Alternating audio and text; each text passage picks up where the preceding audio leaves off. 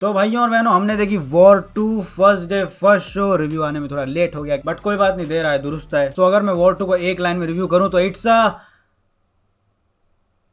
Very average film. Very मतलब अयान मुखर्जी से मैंने ऐसा एक्सपेक्ट नहीं किया था, डायरेक्शन खास कर की। फिर भी अयान मुखर्जी भाई साहब डायरेक्टर बहुत अच्छे हैं एंड मेरे को लगा था वो एक्शन में भी कुछ तो अपना कुछ नया टच लाएंगे। उन्होंने भाई एक्शन साउथ से उठा लिया प्रॉपर। मतलब देखो, जब तक ऋतिक रोशन चल रहा होता ना, जब से एनटीआर की एंट्री होती है तब से मेरे को लगता है अब तो देवरा शुरू हो गया है। अब तो मैं देवरा देख रहा हूँ और क्यों, मतलब वो जो शॉट्स थे वो प्रॉपर ऐसे क्यों। मैं पहले तो एक्शन मूवीज एकदम ही अनरियलिस्टिक, मेरे को एक समझ नहीं आता कि ये लोग एक्शन बनाते हैं तो ये रियलिस्टिक क्यों नहीं रखते। ठीक है कि भाई रियलिस्टिक भी तो हो सकता, एक्शन रियलिज्म में तो ज्यादा मजा आता है। तुम धुरंधर देखना, उसमें मैं बोल रहा हूँ भाई कितना रियलिज्म रहेगा, देखना एक्शन में उसमें रहेगा भाई। और इसमें भाई रियलिज्म तो हवा में ही ऐसा ओद के फेंक दिया है। वो भाई जहाज कहाँ है, ठीक है, उतने ऊपर से जंप मारा है एनटीआर और पैरों पे लैंड कर रहा है भाई। प्लेनों में लड़ रहे हैं और हवा, ठीक है, एरोडायनामिक एवरीथिंग, लॉजिक को ऐसा छू दिया भाई पूरी मूवी में। देखो, सबसे पहले होती है हीरो की हीरोइक एंट्री, ऋतिक रोशन भाई। क्राउड चिल्ला रही भाई,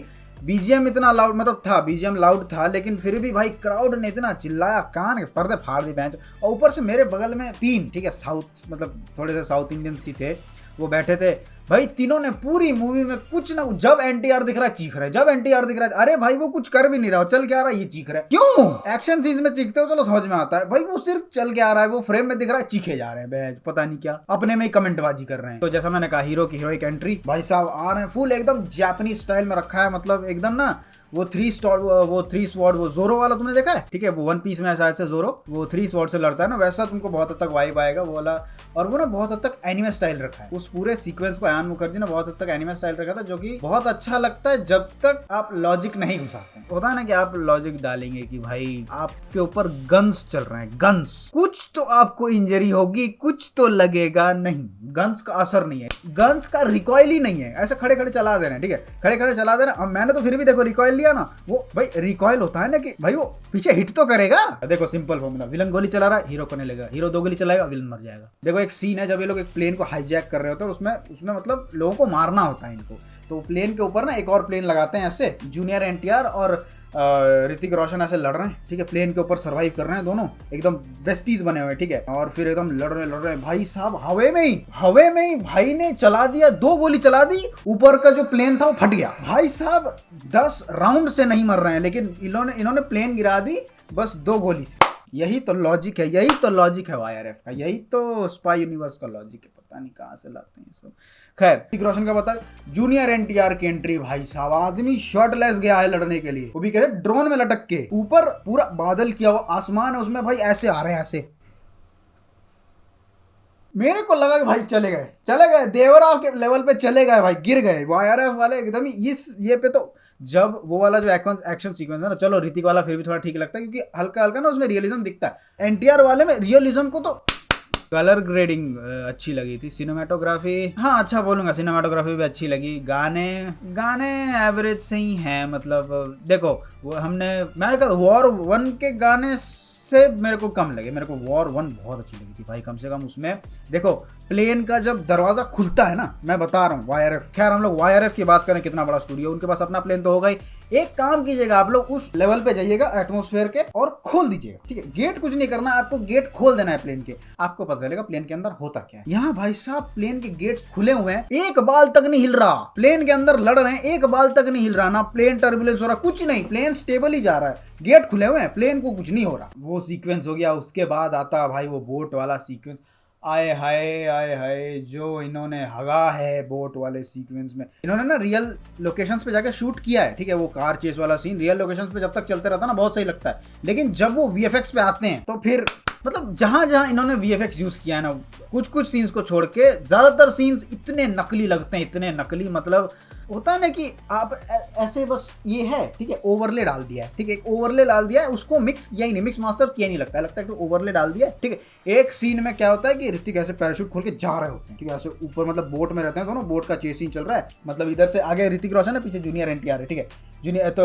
ऋतिक रोशन क्या करते हैं, यहाँ से पैराशूट खोल के पीछे उड़ जाते हैं, पीछे उड़ते हैं ना, तो इस पर्सपेक्टिव से यहाँ एनटीआर है, इस पर्सपेक्टिव से हमें कैमरा दिखाया जाता है, ऊपर वो पीएनजी है, ऊपर ऋतिक रोशन का ऐसा पीएनजी है और वो ऐसे ऐसे मूव हो रहा है। मैंने कहा भाई साहब वीएफएक्स भाई, वो हमने F1 देखा था, इसमें F1 का रिप ऑफ कर दिया है भाई साहब।